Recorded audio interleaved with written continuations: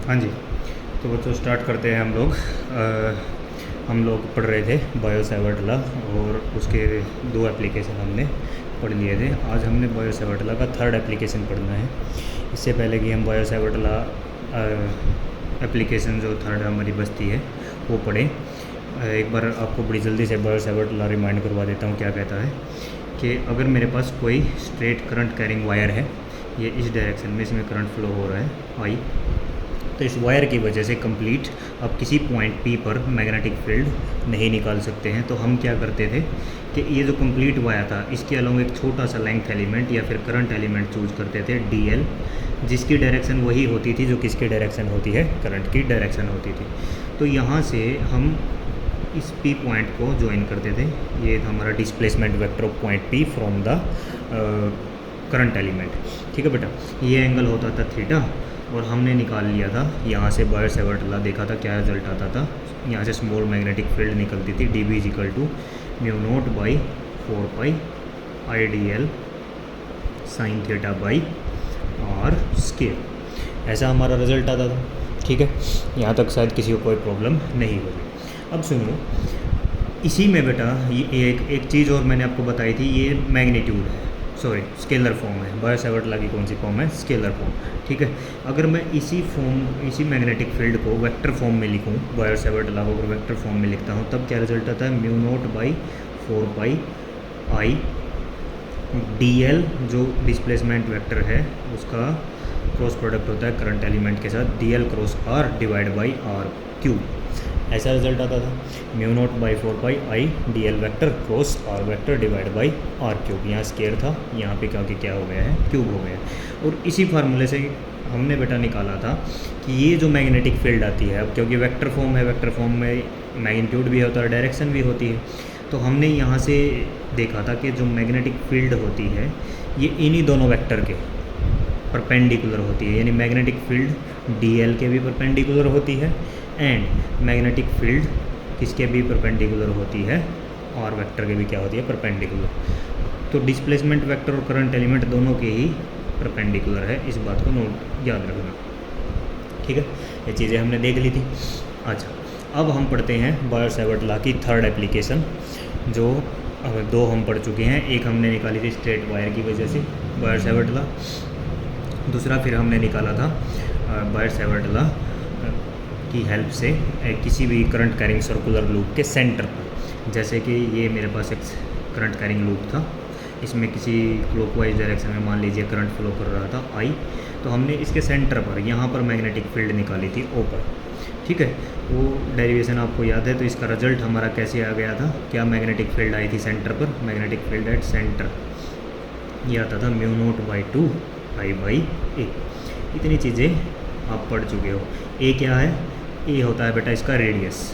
ठीक है, वहाँ हमने क्लास में शायद इसको आर लिखा था, तो आर लिख लो, ए लिख लो, आपकी मर्जी है। अगर ये आर रेडियस तो किस चीज़ को डिनोट कर रहा है, ये आपकी रेडियस को क्या कर रहा है, डिनोट कर रहा है। अब हम ना थर्ड एप्लीकेशन स्टार्ट करते हैं, और ये थर्ड एप्लीकेशन तीनों में अभी तक आपने पहले जो दो एप्लीकेशन पढ़ी, सबसे पहले वाली तो आपके सिलेबस से कटी गई है, वो तो एग्ज़ाम में आपसे पूछेगा नहीं। दूसरे वाली आपने पढ़ी है, वो छोटा सी एप्लीकेशन थी। जो ये थर्ड एप्लीकेशन है सबसे ज़्यादा इंपॉर्टेंट रहती है। तो इसका नाम क्या है, थर्ड एप्लीकेशन क्या है। अब हम क्या निकालने जा रहे हैं, magnetic field, magnetic field, magnetic field at a point on the axis of A current carrying circular loop. ठीक है बेटा, तो आज हमारे पास क्या है, एक करंट कैरिंग सर्कुलर लूप है। उसके सेंटर पे तो हम देख चुके हैं, ये वाला फार्मूला था मैग्नेटिक फील्ड का। अब उसी करंट कैरिंग लूप यहाँ भी सर्कुलर ही रहेगा, जैसे पिछले आपकी डेरिवेशन जो हमने की थी उसमें रहा था, सेंटर पे निकाला था। लेकिन इस बार उसके सेंटर पे मैग्नेटिक फील्ड ना निकाल के उसके हमने किस पर निकालनी है, एक्सिस पर निकालनी है। ठीक है, कैसे कि मान लीजिए ये मैंने ऐसे कोयल चूज़ की है, ऐसे बना देता हूँ मैं, 1 मिनट, ये लो, मैंने ऐसे आपकी कोयल चूज करनी है। ठीक है, ये आपका क्या है बेटा, कोयल। ये ऐसे रखी हुई है, ऐसे, मतलब जो इसका प्लेन है कोयल का, ये ऐसे रखी हुई है, देखो बेटा समझना, ऐसे, ये ऐसे जो इस कोयल का प्लेन है वो परपेंडिकुलर है इस जो हमारा पेपर है इसके प्लेन के। ये पेपर है, इस पेपर का प्लेन आपको दिखाई दे रहा है, ये है। तो कोयल का जो प्लेन है ना वो परपेंडिकुलर है, मतलब ऐसे खड़ी हुई है। ये देखो, ये प्लेन और पेपर के क्या है, परपेंडिकुलर है, ठीक है। तो इस चीज़ को नोट करना कि ये आपकी कोयल ऐसे खड़ी हुई है। इसके एक्सिस पर निकालना है बेटा हमने। मान लो कि ये इसका सेंटर है ओ, ठीक है, और इसका कुछ रेडियस है जो हमारी करंट कैरिंग सर्कुलर लूप है, जो कोयल है, ये उसके रेडियस मैंने मान ली कैपिटल आर। और यहाँ से इसके सेंटर से इसके एक्सिस क्या होता है, जिसके चारों तरफ कोई चीज़ घूमती है, कि जैसे मान लो ये मेरा हाथ है, ठीक है। इस हाथ के सेंटर पर अगर मैं इस पेन को ऐसे रखता हूँ बिल्कुल स्ट्रेट, तो ये किसका काम कर रहा है, एक्सिस का काम कर रहा है। तो ये रिंग आपकी ऐसी रखी हुई है, तो ये आपका एक्सिस का काम कर रहा है, ठीक है। तो इसके एक्सिस पर हमने मैग्नेटिक फील्ड निकालनी है। मान लीजिए जिस पॉइंट पर मुझे मैग्नेटिक फील्ड निकालनी है वो पॉइंट P है, और इस सेंटर से कुछ x डिस्टेंस की दूरी पर, ठीक है। ये डिस्टेंस कितना गिवन है मुझे, x। इतनी बातें आपको कोई प्रॉब्लम नहीं है, तो मैं लिख देता हूँ, चलो। कंसीडर अ करंट कैरिंग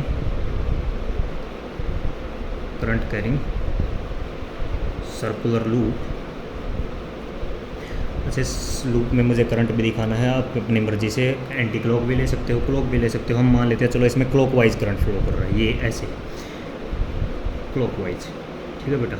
आई ये इधर से ऐसे आपका जो करंट है वो क्लॉकवाइज फ्लो कर रहा है, ऐसे इसमें करंट फ्लो कर रहा है आपके लूप में। तो consider a current carrying circular loop of radius R and centre O, ठीक है। ये हमने मान लिया एक लूप जिसकी रेडियस R है, जिसका सेंटर कितना है O, और हमने मान लिया कि जो ये लूप है इसमें जो करंट है वो किस डायरेक्शन फ्लो कर रहा है, क्लॉकवाइज।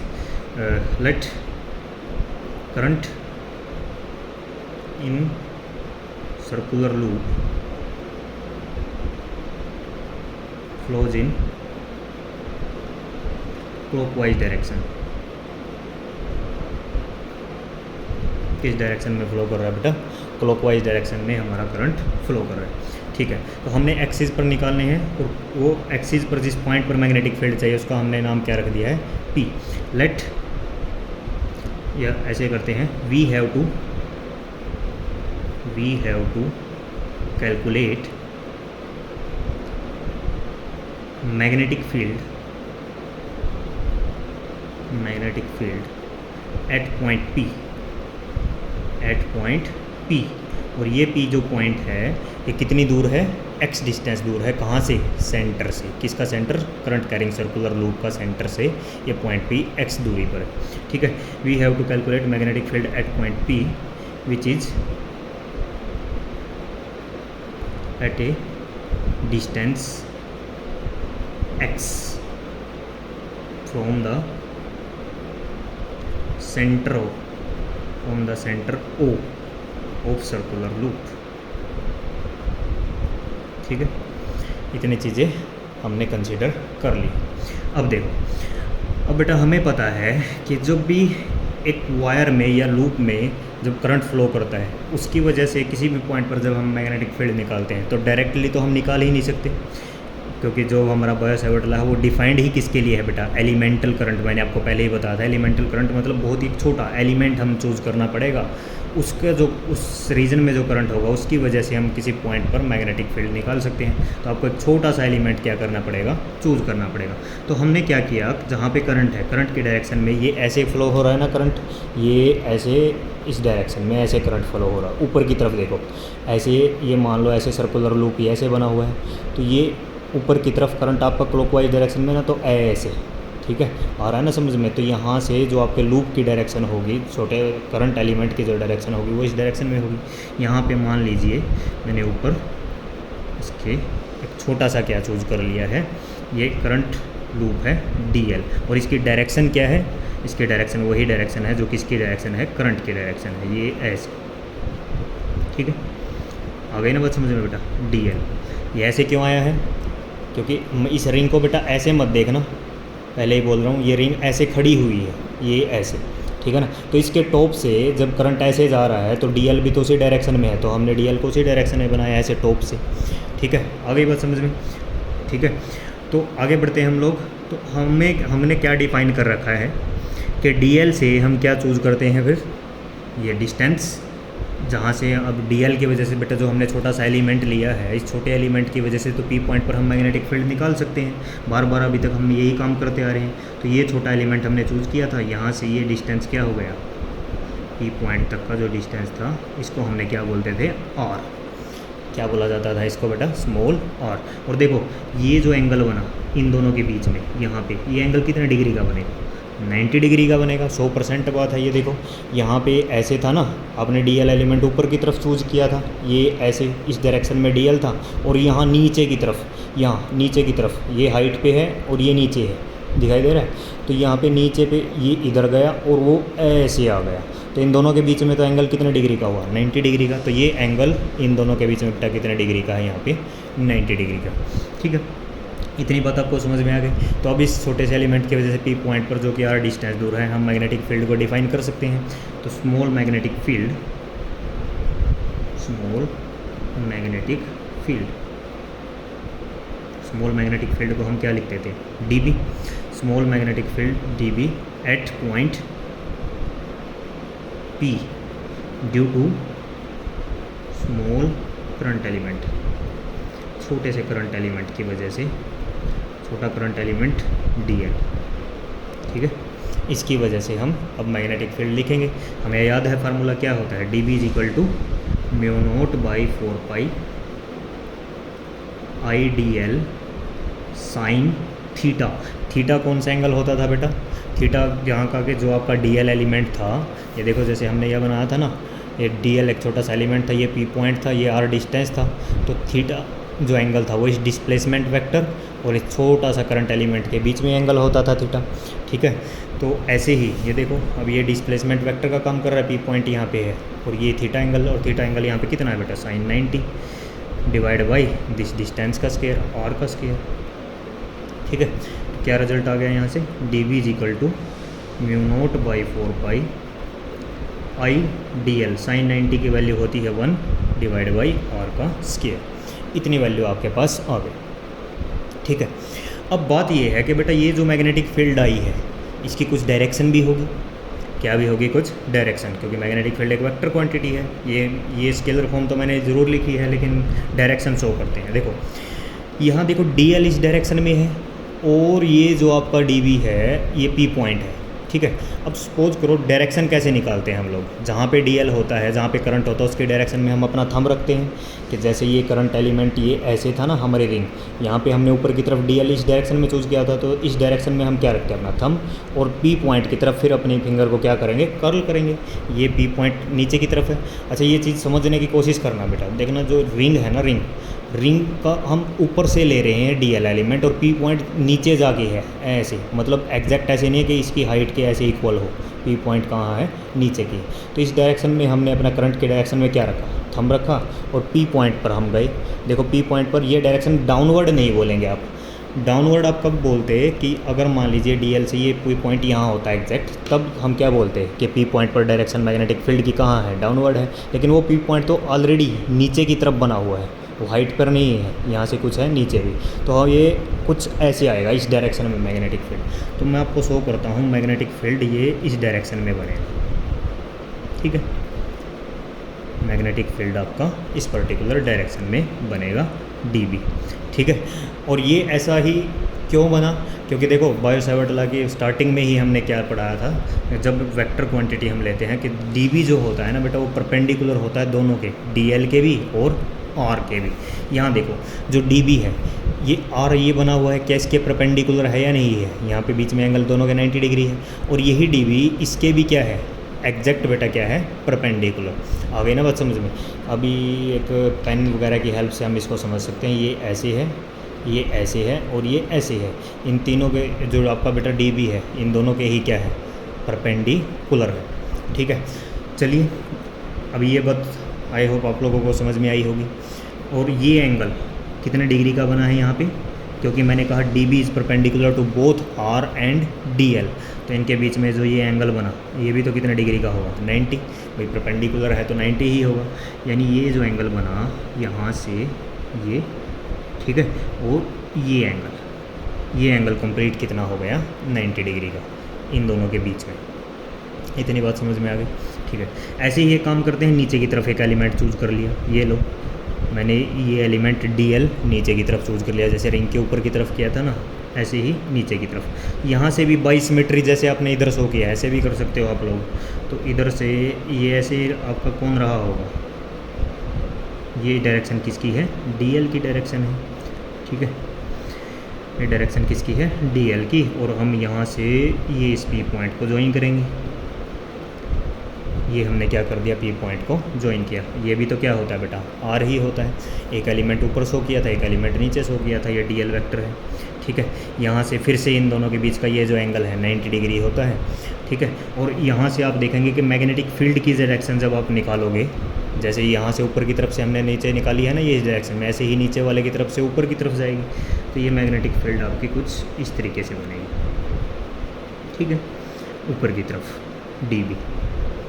आगे बात समझ में।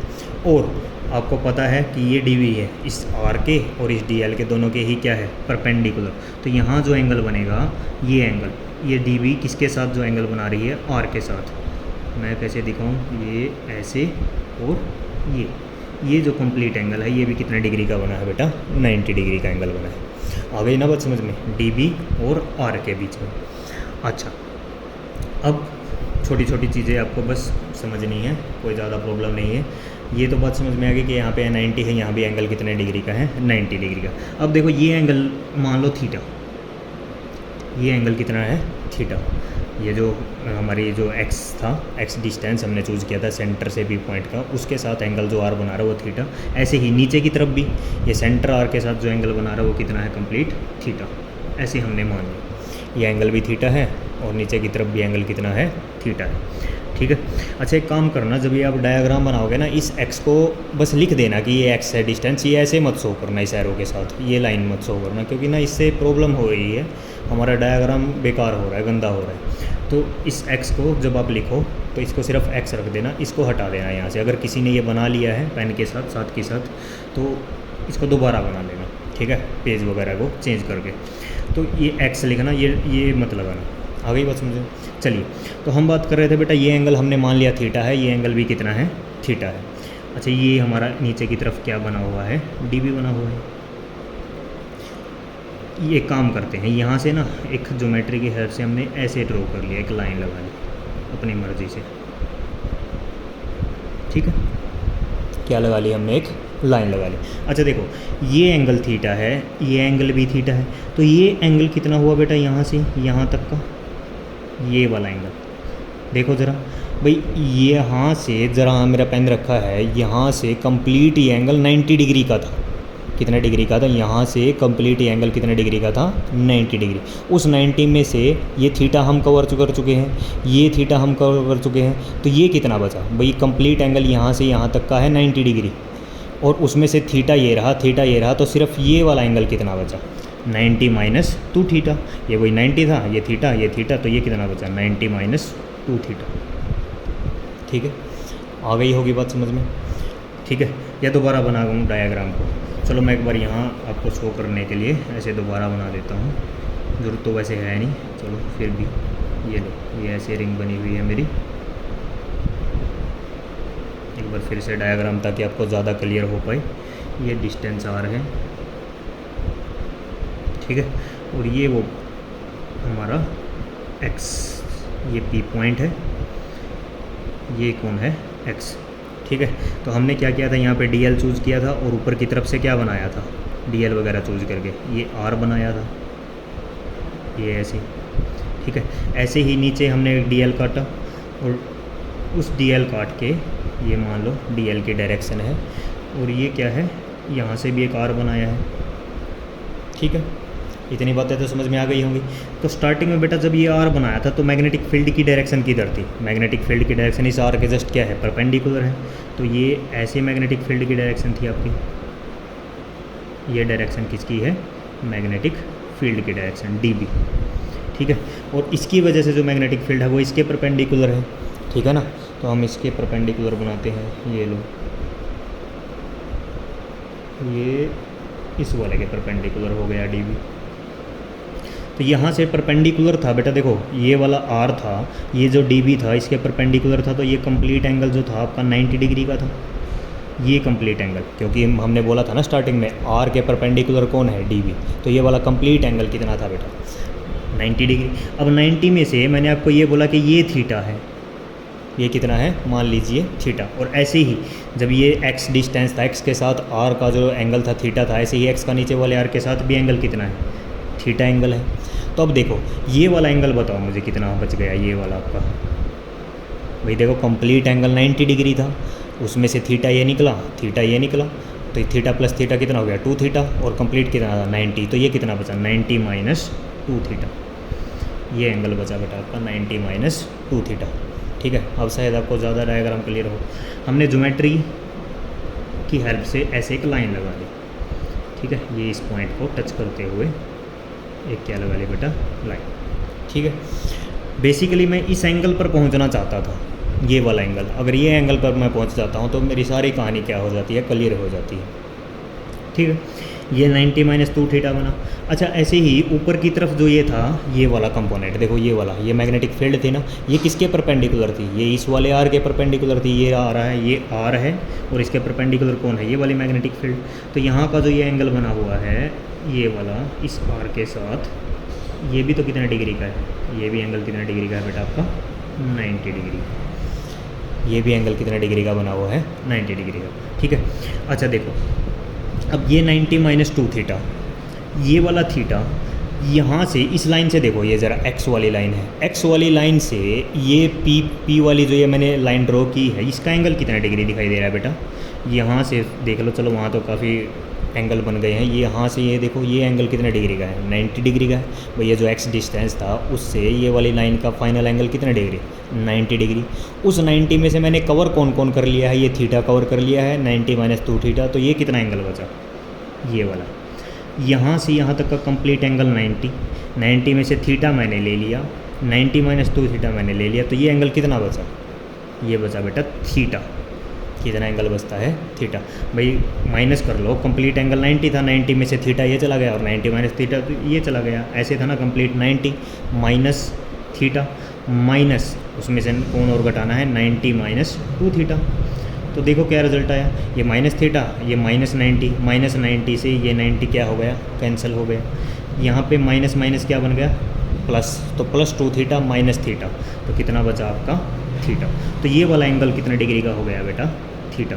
अगर जैसे नीचे की तरफ थीटा है, ऐसे ही सिमेट्री से हम बोल सकते हैं कि ऊपर की तरफ भी ये एंगल यहाँ पे एग्जैक्ट कितना है, थीटा, ये वाला एंगल, ये भी कितना है, थीटा, ठीक है। अब साइड डायग्राम आपको ज़्यादा क्लियर होगा यहाँ की बजाय, क्योंकि यहाँ तो काफ़ी चीज़ें कंजस्टेड सी हो गई थी, ठीक है। ये बात समझ में आ गई, एंगल का ही खेल है बेटा इस डेरिवेशन में सारा। पहले मैंने बोला कि ये एक्स के ये वाला dB परपेंडिकुलर है, तो इनके बीच में ये देखो, ये मैंने ये जो हमारा R था, इसके dB ये वाला परपेंडिकुलर है, तो यहाँ पे एंगल बना 90 डिग्री का, ठीक है। उसमें से ये वाला एंगल जो R ने x के साथ बनाया, मैंने थीटा मान लिया, और नीचे की तरफ भी क्या मान लिया, थीटा। तो ये वाला बचा कितना, 90 माइनस 2 थीटा, क्योंकि यहाँ से यहाँ तक का एंगल 90 हुआ था, 90 में से 2 थीटा चला गया। अब एक लाइन मैंने ड्रॉ की, ये एंगल मैं फाइंड आउट करना चाहता हूँ। मुझे दिखाई दे रहा है x से ये कंप्लीट एंगल 90 डिग्री का है, ये वाला, और उसमें से थीटा और 90 माइनस 2 थीटा कैन माइनस हो गए हैं, तो ये बात बचा थीटा। ऐसे ही सिमेट्री से ऊपर की तरफ भी क्या बचा, थीटा, ठीक है। आ गई बेटा बात समझ में। अब सुनो आपका डायग्राम फाइनली कैसे दिखाई दे रहा है। इतनी चीज़ें तो मैं यहाँ पे इसको ही छोड़ देता हूँ, ये थी हमारी इक्वेशन नंबर 1। तो अब मैं सिर्फ वो डायग्राम बना रहा हूँ जिसकी हमें ज़रूरत है। देखो क्या कहानी है कि ये आपका ऐसे आ रहा था, ये P पॉइंट था, ठीक है, ये x आ रहा था ना ऐसे। यहाँ से हमने एक वो लाइन ड्रॉ की थी ज्योमेट्री की हेल्प से स्ट्रेट, ठीक। इधर आपका एक कंपोनेंट था dB ऐसे, ठीक है, और ऐसे ही एक कंपोनेंट मैग्नेटिक फील्ड कहाँ था, नीचे की तरफ dB। यहाँ पे जो ये फाइनल एंगल आ गया था, ये एंगल आ गया था बेटा थीटा, और ऐसे ही ऊपर की तरफ भी dB का इस लाइन के साथ जो फाइनल एंगल आ गया था वो आ गया था थीटा, ठीक ठीक है, ये यही चीज़ है जो मैंने इधर बनाया है, ये एक्स, ये मैंने डी बी ले लिया है नीचे की तरफ से, ऊपर से ले लिया है, ये लाइन लगाई है, ये वाला थीटा है और ये वाला भी एंगल कितना है, थीटा है। अच्छा देखो, तो डी बी के बेटा यहाँ पे कितने कंपोनेंट होंगे, मैग्नेटिक फील्ड के 2 कंपोनेंट हो गए। एक कंपोनेंट तो कौन सा, डी बी कोस थीटा, भाई एंगल देखो ना यहाँ पे एंगल थीटा ये बना हुआ है, एंगल के साथ जो कंपोनेंट बनता है वो कोस होता है और एंगल के बिना जो कंपोनेंट होता है वो क्या होता है, साइन होता है। ठीक है, तो ऊपर की तरफ जो कंपोनेंट बना इस मैग्नेटिक फील्ड का डी बी का, वो कौन सा बना, उसका नाम हमने रखा डी बी कोस थीटा, क्या, डी बी कोस थीटा। और एक कंपोनेंट इधर की तरफ बना, ये ऐसे, ये कंपोनेंट, एक कंपोनेंट यहाँ आया हमारा और इसकी वैल्यू कितनी, डी बी साइन थीटा। ये वाला जो डी बी था ना बेटा, इसके 2 कंपोनेंट हमने किए हैं, एंगल की तरफ डी बी कोस थीटा, दूसरी तरफ क्या हो गया, डी बी साइन थीटा। ऐसे ही नीचे की तरफ देखो, डी बी जो है, जहाँ पे इसका एंगल बना हो उस डायरेक्शन में, ये नीचे की तरफ कौन सा कंपोनेंट आ गया, नीचे की तरफ आपका जो कंपोनेंट आया वो हो गया डी बी कोस थीटा। और इस डायरेक्शन में ये इधर ही जहाँ पे पहले वाली का डी बी साइन थीटा आया, इसका भी क्या आ गया, डी बी साइन थीटा। नीचे की तरफ से भी ये कौन सा कंपोनेंट है, डी बी साइन थीटा। ठीक है, तो फिर देखो बेटा, ये D b cos theta, magnetic field का जो कोस थीटा वाला कंपोनेंट है, ये ऊपर की तरफ, और नीचे भी क्या है, डी बी कोस थीटा। तो ये वाला कंपोनेंट, ऊपर वाला कंपोनेंट नीचे वाले कंपोनेंट को क्या कर रहा है, कैंसिल। यानी मैग्नेटिक फील्ड अपने कोस वाले कंपोनेंट की वजह से क्या हो रही है, कैंसिल। सिर्फ किसकी वजह से आ रही है, साइन थीटा वाले कंपोनेंट की वजह से मैग्नेटिक फील्ड आ रही है। तो आपने निकालना था नेट मैग्नेटिक फील्ड। अभी तक तो आपने कौन सी मैग्नेटिक फील्ड निकाली थी, स्मॉल मैग्नेटिक फील्ड निकाली थी, ये स्मॉल मैग्नेटिक फील्ड है छोटे से करंट एलिमेंट की वजह से। अब हम नेट मैग्नेटिक फील्ड निकालना चाहते हैं। नेट मैग्नेटिक फील्ड हम कैसे निकालें, इंटीग्रेशन कर दें, किसका, भाई देखो फाइनल मैग्नेटिक फील्ड कौन सी बन रही है, डी बी साइन थीटा ही तो बन रही है, कोस थीटा वाले कंपोनेंट तो क्या हो गए, कैंसिल। तो यहाँ पे बचा बेटा डी बी साइन थीटा, और इसका हमें क्या करना पड़ेगा, इंटीग्रेशन करना पड़ेगा। ठीक है, और कहाँ से आप इंटीग्रेशन करेंगे, कंप्लीट रिंग पर, जो हमारी कंप्लीट कोयल बोलो या रिंग बोलो, जो भी आपको इसको बोलो, कंप्लीट इस पर क्या करेंगे, आप इंटीग्रेट करोगे। यहाँ ना बेटा कई लोग ये सोचते हैं कि जैसे ये डी बी एक कंपोनेंट तो ऊपर वाले की वजह से, इस मैग्नेटिक फील्ड की वजह से था डी बी साइन थीटा, और दूसरा जो कंपोनेंट था डी बी साइन थीटा ये नीचे वाले की वजह से था। तो यहाँ पे 2 डी बी साइन थीटा भी लिखते हैं, कई बार आप देखोगे यहाँ पे ना 2 डी बी साइन थीटा भी लिखा होता। एक चीज़ याद रखना, अगर आप यहाँ पे 2 डी बी साइन थीटा लिखते हो तब आप इसको कंप्लीट कोयल पर इंटीग्रेट नहीं कर सकते, तब आपको इसको आधी कोयल पर, यहाँ से यहाँ तक इतनी कोयल पर ही इंटीग्रेट करना पड़ेगा। उसका कारण ये है क्योंकि देखो भाई, हम ना एक साथ 2 मैग्नेटिक फील्ड के कंपोनेंट कवर कर रहे हैं। 2 कैसे, कि जैसे मैंने डीएल की वजह से एक तो डीबी आपका नीचे की तरफ आया था, उसी समय हम नीचे की तरफ से वाला कंपोनेंट भी क्या कर रहे हैं, सोल्व कर रहे हैं। इन दोनों के डीबी कोस थीटा कंपोनेंट एक दूसरे को क्या किए थे, कैंसिल। डीबी साइन थीटा जुड़ जाता, d b sine theta plus d b sine theta true हो जाता, लेकिन 2 डी बी साइन थीटा हो जाता। लेकिन क्योंकि अब हम इसको कंप्लीट रिंग पर ही इंटीग्रेट कर रहे हैं, तो आपको 2 कंपोनेंट अलग अलग लिखने की ज़रूरत नहीं है। या तो आप आधी पे क्या करते, इंटीग्रेट करते, तब आधी पे करने का मतलब क्या है कि मैं एक साथ 2 कंपोनेंट लूँगा, तो इसीलिए पाई आर ही मैं इसका क्या लूँगा, लेंथ लूँगा। अब आप कंप्लीट पर कर रहे हैं, तो कंप्लीट पर कर रहे हैं तो आपको 2 डी बी साइन थीटा ना लिख के क्या ही लिखना पड़ेगा यहाँ पे, डी बी साइन थीटा। ठीक है, इतनी बात आ गई समझ में। चलिए, तो अब हम इसका क्या कर देते हैं, इंटीग्रेट। डी बी की वैल्यू पुट कर दीजिए। हमारे पास यहाँ इक्वेशन नंबर 1 में डी बी की वैल्यू आई थी μ0/4 I D L by are square, μ0/4 I D L by are square, ये डी बी की वैल्यू है। और साथ में इसके कौन है, साइन थीटा है यहाँ पे। ये मान लीजिए इक्वेशन नंबर 2 थी, हमने क्या किया है, substituting values from equation 1 into equation 2 वहाँ पहले वाली इक्वेशन से डीबी की वैल्यू इस इक्वेशन में सेकंड में हमने क्या कर दिया, आगे पुट कर दी है।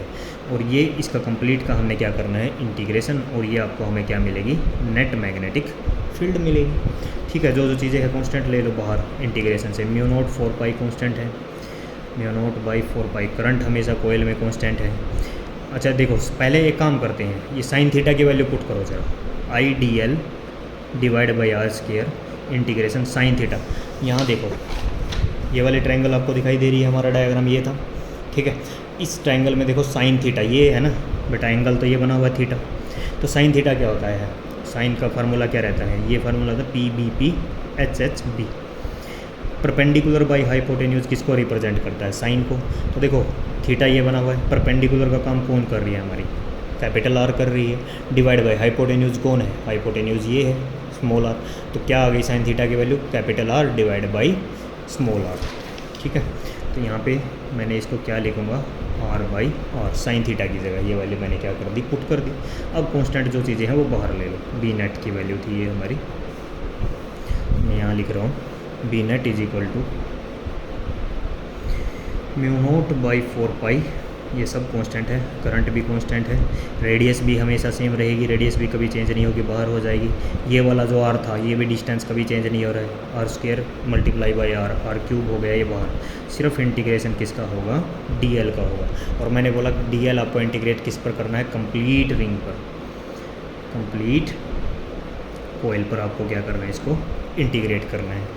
तो कंप्लीट पर करना है तो DL की जगह DL का इंटीग्रेशन होता है L, इसको मैं ऐसे लिख सकता हूँ mu note by 4 pi I into r divide by are cube, और DL का इंटीग्रेशन होता है L। ठीक है, अब L किस पर करना था, कंप्लीट रिंग पर। तो इसके लिए L की वैल्यू कितनी होती है कंप्लीट रिंग में, ये जो L है कंप्लीट L ये कितना होता है, सरकमफ्रेंस कितना 2 पाई R, और R कौन सा लोगे, कैपिटल वाला, क्योंकि हमने रेडियस में कैपिटल में ली है। तो यहाँ पे मैं इसकी वैल्यू पुट करता हूँ, b net is equal to mu note by 4 pi IR divide by are cube, और L की जगह क्या आ गया 2 पाई R आ गया। ठीक है, इस बात में तो शायद किसी को कोई प्रॉब्लम नहीं होनी चाहिए। ठीक है बेटा, तो एक काम करते हैं, जो चीज़ें कैंसिल हो रही हैं उसको कैंसिल कर दीजिए, जो नहीं हो रही हैं उनको एक साइड में रख लेते हैं। अच्छा ये देखो ज़रा एक बार ध्यान से, अच्छा देखो बेटा ध्यान से समझो, यहाँ हमारा जो एक्सप्रेशन आ गया ना बेटा, ये आर क्यूब, आर क्या था, ये वाला आर स्मॉल आर क्या था, ये डिस्प्लेसमेंट वेक्टर था। कि ये देखो यहाँ पे मैं डायग्राम में दिखाता हूँ, ये आर था डिस्प्लेसमेंट वेक्टर P पॉइंट का, कहाँ से, करंट एलिमेंट से। लेकिन इस पर्टिकुलर क्वेश्चन में बेटा हमें मैग्नेटिक फील्ड P पॉइंट पर निकालनी है और एक्सिस पर निकालनी है। ये है ना बेटा एक्सिस, क्या है ये एक्सिस है ना। तो हमें जो मैग्नेटिक फील्ड बतानी है ना बेटा, वो ये जो वाला जो डिस्टेंस हमने लिया है एक्सिस का डिस्टेंस यही है ना बेटा, इसकी टर्म में निकालनी है, न कि इस आर की।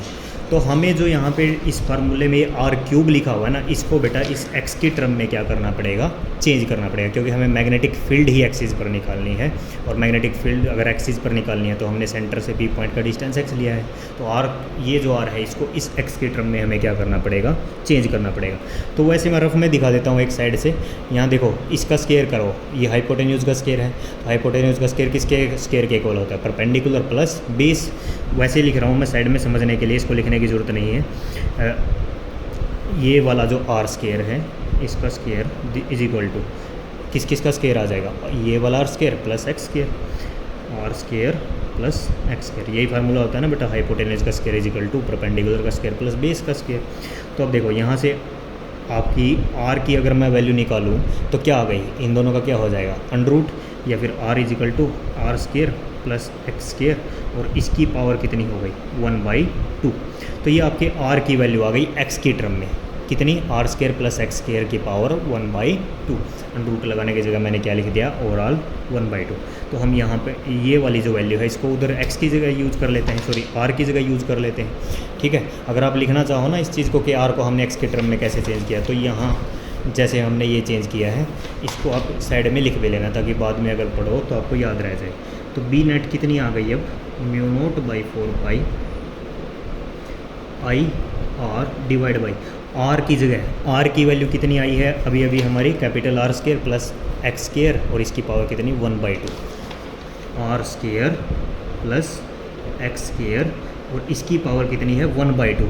लेकिन देखो बेटा ये तो 1/2, ये लो मैंने लिख दिया 1/2, ये तो आर की वैल्यू है ना इतनी, तो हमें किसकी चाहिए, आर क्यूब, इसका भी क्यूब करना है। तो पावर कितनी हो गई, यहाँ पे ऐड हो जाएगी 3/2 आ गई। ठीक है ना, r square plus x square की पावर 1/2 और उसकी पावर कितनी की 3, तो कितना बन गया, r square plus x square की पावर 3/2 और मल्टीप्लाई बाई कौन है 2/r। ठीक है, तो बेटा इसको देखो आसानी के साथ, अब जो आप कैंसिल होता है कर दो, पाई से पाई कैंसिल हो गया आपका। ठीक है, और क्या कैंसिल हो रहा है, जो जो चीज़ें कैंसिल होती हैं उसको कैंसिल करते चलो। ये 2 से आपका 2 कैंसिल हो गया, 2 2 जा 4, तो क्या रिजल्ट बचा, b net is equal to mu note by 4 pi. एक मिनट, हाँ जी, तो हमारा रिजल्ट आ गया म्यू नोट आई, ये आर है, ये आर है, दोनों का square, mu note I are square divide by 2 times of r square plus x square, और इसकी पावर कितनी है 3/2। तो ये होती है बेटा magnetic field at the axis of A coil, magnetic field at the axis of coil. अब देखो, पहली जो हमने एप्लीकेशन की थी स्ट्रेट वायर की वजह से मैग्नेटिक फील्ड निकाली थी, वो आपके सिलेबस से हट गई है। जो दूसरी एप्लीकेशन की गई थी, जो हमारी सर्कुलर कॉइल थी उसके सेंटर पर निकाली थी, वो छोटा सा एक्सप्रेशन था। अब जो मेन एक्सप्रेशन बचा ना बेटा, ये वाला बचा, तो इसको ना डायरेक्ट याद कर लो, ये बहुत इंपॉर्टेंट है। ये आपके एग्ज़ाम में शायद हरियाणा बोर्ड में या CBS दोनों में ही इसके पूरे पूरे चांस रहते हैं कि ये आपसे पूछेगा, तो ये इंपॉर्टेंट रिजल्ट है, तो इसको डायरेक्ट याद रखो। What is the magnetic field at the axis of a ring, mu note I by I are square divide by 2 times of r square plus x square की पावर 3/2। ठीक है। अच्छा, कई बार इसी फार्मूले को ना एरिया वगैरह के टर्म में भी लिखता है। कैसे? जैसे देखो ये क्या लिखा हुआ है यहाँ, ये थोड़ा सा ऊपर चलते हैं, r इंटू 2πr, ठीक है, pi R multiply by R, pi R का स्केयर बच गया। और तो पाई आर स्केयर बेटा क्या, ये जो पाई आर स्केयर है इसकी सरकमफ्रेंस तो 2πr होती है, इसका सर्कल का एरिया कितना होता है बेटा, पाई आर स्केयर।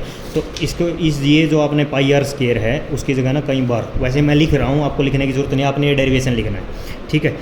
अलग से आप नोट करना चाहो तो नोट कर लो, क्योंकि CBSE में कई बार ये चीज़ पूछ ली जाती है, हरियाणा बोर्ड में तो इससे अलावा कुछ नहीं पूछेगा, ठीक है। कई बार इसी को कैसे लिख देता है, ये वाला यहीं से मैं लिख रहा हूँ, म्यू नोट बाई 4π, ठीक है, आई, ये आपका क्या बन गया, pi are square, pi are square, और डिवाइड बाई कौन था, आर क्यूब, ठीक है। अभी तक इस पाई आर किसका है ना, ए लिख देता है, mu note by 4π I into pi are square की जगह क्या होता है बेटा, एरिया, एरिया ऑफ किसका, area of the coil, where is area of current carrying circular coil, लिख लेना, current carrying circular coil, where A is the area of current carrying circular coil, divide by are cube. R cube को तो बेटा आपको इसी form में change करना पड़ेगा जैसे हमने किया है, क्योंकि मैग्नेटिक फील्ड इसकी टर्म में निकालनी होती है, तो हमने कैसे चेंज किया है, ये वाला इसकी जगह ये वाला चीज़ आ गई थी हमारी, r square plus x square, और इसकी पावर कितनी है 3/2, ठीक है। और साथ में कौन बचा बेटा, देखो यहाँ पे हमने लिखा 4π, म्यू नोट 4π, एक बार इधर से ये देखो, म्यू नोट बार 4π आई, यहाँ से पाई आर उठाया था, और ये r pi are square multiply divide by are cube, और ये 2 रह गया हमारा, ठीक है। यहाँ पे साथ में 2 भी लगा देते हैं, mu not multiply by 2 I है, ये यहाँ पे 2, ठीक है, mu not 2 I A divide by 4π R square plus x square by 3/2। ये फार्मूला और ये फार्मूला एग्जैक्टली सेम है बेटा, बस कुछ नहीं, यहाँ एरिया की टर्म में लिख दिया है। एरिया की जगह यहाँ पे जो हमारा पाई वगैरह से कैंसिल होके ये पाई से पाई कैंसिल हो गया है, और आर स्केयर की जगह ये r square as it is लिखा हुआ है, ठीक है। ये जो 2 था, उस 2 से ये नीचे जो 4 है वो कैंसिल हुआ, इसलिए यहाँ पे क्या बचा 2। तो देखो, जो हरियाणा बोर्ड में बच्चे हैं उनको तो डायरेक्ट ये वाली चीज़ें आपको पढ़ने की ज़रूरत नहीं, आप डायरेक्ट इधर आ जाओ, आपने तो सिंपल यही स्टेप फॉलो करने हैं। रिजल्ट सबके लिए सेम है, mu note I are square divide by 2 are square plus x square की पावर 3/2। लेकिन CBSE में कई बार इस चीज़ को घुमाने के लिए एरिया की टर्म में पूछ लिया जाता है, तो वो मैंने बता दिया, आप इस पाई आर स्केयर की जगह वो यहाँ पे ए लिख देता है, साथ में 2 लिखा है क्योंकि ये यहाँ से आया है, मैंने कैंसिल नहीं किए हैं, कैंसिल करने के बाद सेम ही रिजल्ट आ रहा है, बस एरिया की टर्म में आ जाता है, ठीक है। अच्छा, ये तो फार्मूला हुआ बेटा, अगर एक कोयल जो हमारी सर्कुलर रिंग है ना, जो हमने ये कोयल मानी थी, जिसकी वजह से जिसके एक्सिस पर हम मैग्नेटिक फील्ड निकाल रहे हैं, अगर एक ही कोयल की बनी हुई है, आपको मतलब जो हमारा वायर है एक ही बार ऐसे वाउंड किया गया है, अगर वायर तो एक से ज़्यादा हो सकते हैं ना, 2 टाइम 3 टाइम 4 टाइम कितने भी है, तो इस फार्मूले में n और लग जाएगा आगे, वो आप ऑटोमेटिक समझ जाओगे कि जैसे ही जितने भी नंबर टर्न्स होंगे उतने नंबर ऑफ़ टर्न्स के हिसाब से यहाँ पे n लगा देता है। यहाँ पे हमने 1 लिया तो ये फार्मूला बना हुआ है, ठीक है। अच्छा, एक और छोटी सी आपके इन्फॉर्मेशन, जैसे यहाँ पे मान लीजिए n लग जाता, तब ये फार्मूला क्या बन जाता, म्यू नोट बार 4π 2 एन को नंबर ऑफ कोयल के लिए तो एन लगा देते, साथ में I into A, N I A divide by are square plus x square की पावर 3/2। ऐसे ही बन जाता है बेटा ये फार्मूला फिर आपका, r square plus x square की पावर 3/2। ठीक है, शायद आपको दिखाई ना दे रहा हो तो ये देख लो इसको ध्यान से, मैंने क्या लिखा है, mu note by 4/2 r square plus x square की पावर 3/2। ये एन आई ए मतलब आई करंट और एरिया, ये दोनों बेटा देखो एक दूसरे के ना परपेंडिकुलर है। ध्यान से देखो, ये करंट ऐसे जा रहा है इसका, और एरिया जो है इसका वो ऐसे है, ये ऐसी खड़ी हुई थी ना आपकी रिंग, ये करंट और ये क्या है इसका एरिया का, ये देखो ये ऐसा इसका प्लेन जो है, तो एक दूसरे के परपेंडिकुलर होते हैं बेटा। और इस करंट और एरिया जो है इनकी मल्टीप्लाई आपको देता है, एक नई टर्म बन जाती है यहाँ पे एम होता है मैग्नेटिक डाइपोल मोमेंट। क्या होता है बेटा? Magnetic dipole moment. जैसे आपने इलेक्ट्रिक डाइपोल मोमेंट पढ़ी थी ना फर्स्ट यूनिट में, ऐसे ही करंट मल्टीप्लाई बाई एरिया आपको क्या देता है? M, magnetic dipole moment. तो यही फार्मूला आप मैग्नेटिक डाइपोल मोमेंट की भी टर्म में लिख सकते हो। बस इन चीज़ों के एन आई के एक ही जगह आपको क्या लिख देना है? एक ही वर्ड सिंपल एम। ठीक है, तो कैसे, तब ये फार्मूला क्या बन गया? म्यू नोट बाई 4 टू तो एज इट इज़ रहेगा, एन आई ए की जगह आपका क्या हो गया? M divide by are square plus x square की पावर 3/2। ठीक है, तो आपसे ना कोई भी फॉर्म पूछ सकता है। ये फॉर्म सबसे बेसिक होती है, ये तो पढ़नी ही पढ़नी है सीबीएसई वाले बच्चों के लिए। ये वाली फॉर्म है, ये एरिया की टर्म में है मैग्नेटिक फील्ड, यही मैग्नेटिक फील्ड, ये फार्मूला सेम है। और यही ये किसके टर्म में बन गई? Magnetic moment. यहाँ पे मैं लिख देता हूँ वेयर एम क्या है? M is magnetic dipole moment, magnetic dipole moment. इसके बारे में हम आगे बात करेंगे, इसी चैप्टर में आएगा ये दोबारा। ये जो आपका करंट मल्टीप्लाई बाई एरिया जो होता है ना, ये आपको मिला के मैग्नेटिक डाइपोल मोमेंट रिजल्ट आपको देता है। तो ये एन तो नंबर ऑफ टर्न्स थे। ठीक है, तो ये फॉर्म किसी भी तरीके से आपके पास आ सकती है एग्जाम में। हो सकता है आपसे ये फार्मूला मैग्नेटिक मोमेंट की टर्म में पूछ ले, हो सकता है एरिया की टर्म में, और ये तो डायरेक्ट आपकी रेडियस की टर्म में। ये तो आपने सिंपली, ये तो सबने पढ़ना है, इसको याद कर लो। Mu note I are square divide by 2 are square plus x square के पावर 3/2। ठीक है, इतनी बात समझ में आ गई। अब देख लो एक दो स्पेशल केस। स्पेशल केस क्या है? इस फार्मूले में मान लो ये जो पी पॉइंट है, हमने कितनी दूर माना था? ये जो रिंग है, रिंग के सेंटर से ये पी पॉइंट एक्स डिस्टेंस दूर है, इतना डिस्टेंस दूर। ठीक है, मान लो बेटा ये पी पॉइंट एक्स डिस्टेंस दूर ना होके इधर ही आ जाता उठ के, इसके सेंटर पर ही, मतलब एक्स की वैल्यू क्या हो जाती? 0 हो जाती। एक्स की वैल्यू कितनी हो जाती बेटा? 0। आपने एक्स को लिया ही नहीं है, पी पॉइंट कहाँ पे रखा है? सेंटर पे। तब मैग्नेटिक फील्ड कितनी होती? निकाल लो। आपको वैसे भी डायरेक्ट रिजल्ट पता ही है, मैग्नेटिक फील्ड सेंटर पर कितनी होती है करंट करेंट सर्कुलर कोयल के? Mu note by 2 I by r, वो होती है। अब हमने एक्स को हटाना है तो वही रिजल्ट आ जाएगा। तो कर लेते हैं special case number 1। When point P lies on the center of the ring, center of coil of radius r। मतलब क्या कि जो ये आपका P पॉइंट है, ये उठ के कहाँ आ गया है? इस पर आ गया है, O पॉइंट पर। जब ये यहाँ होता तब मैग्नेटिक फील्ड कितनी होती? x की वैल्यू तो इस केस में कितनी हो गई बेटा? आपकी 0 हो गई। दैट इज़, इसका दूसरा मतलब क्या भी है? x की वैल्यू कितनी हो गई है? 0 हो गई। ठीक है, तो इस फार्मूले में पुट करो, b net is equal to mu note I are square divide by 2। देखो एक्स स्केयर जो था वो वाली टर्म तो कैंसिल ही हो गई, क्योंकि एक्स की वैल्यू ही कितनी हो गई है? 0 हो गई है बेटा आपकी। पी पॉइंट उठ के कहाँ आ गया? सेंटर पर आ गया। तो सिर्फ कौन बचा? आर स्केयर, और उसकी पावर कितनी है? ये वाला आर स्केयर बचा है, उसकी पावर कितनी है? 3/2।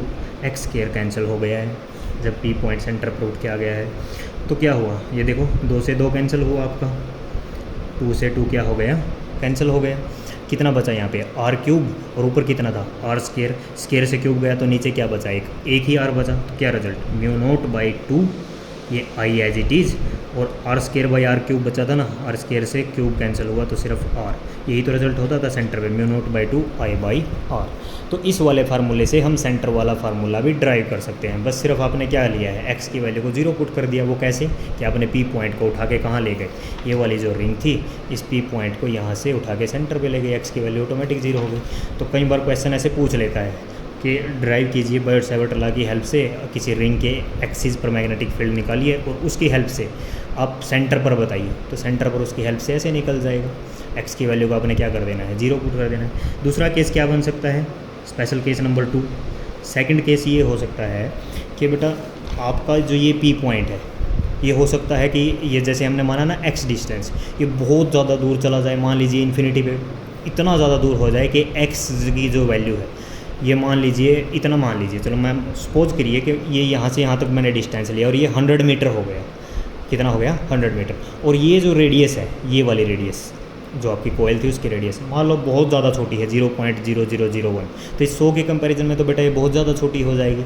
तब हम x के कंपैरिजन में इस r को क्या कर सकते हैं, नेगलेक्ट। कब, जब ये x डिस्टेंस बहुत ज़्यादा दूर हो जाए, किससे, इस रिंग के सेंटर से। आ गई ना बात समझ में, यानी पी पॉइंट रिंग के सेंटर से बहुत ज़्यादा क्या हो जाए, दूर हो जाए। उस केस में हम x के कंपैरिजन में इस r को क्या कर सकते हैं, नेगलेक्ट।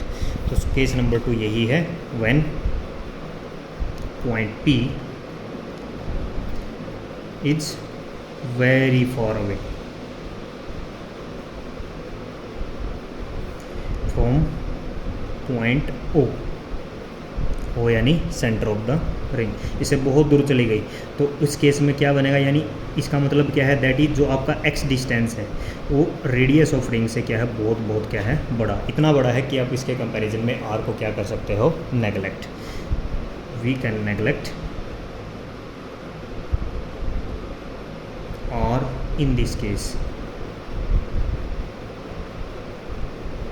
ठीक है, आप इस केस में r को क्या भी कर सकते हैं, नेगलेक्ट भी कर सकते हैं। तब यहाँ से देखो क्या फार्मूला बनेगा, मैं लिखता हूँ, ये लो,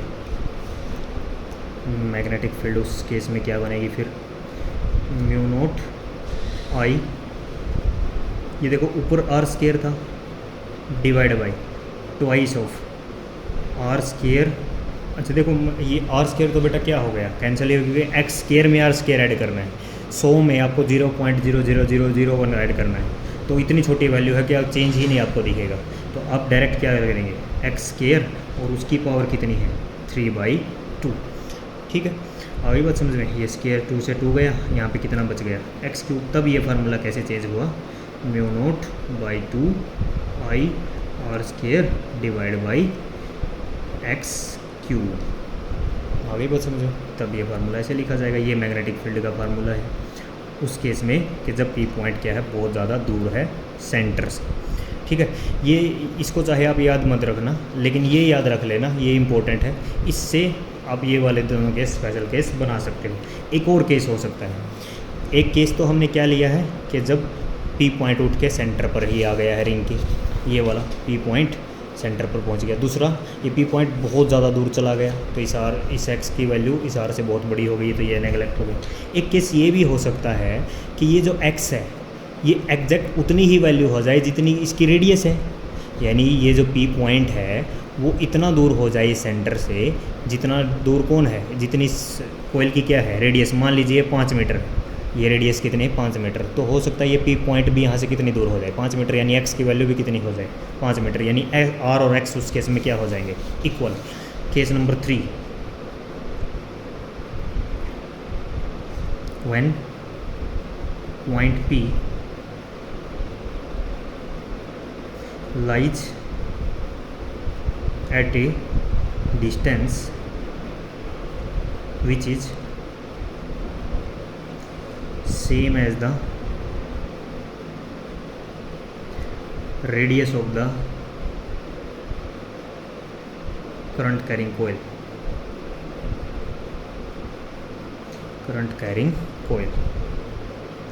यानी इस केस में R की जो वैल्यू है वो एग्जैक्ट किसके इक्वल है, x के इक्वल है।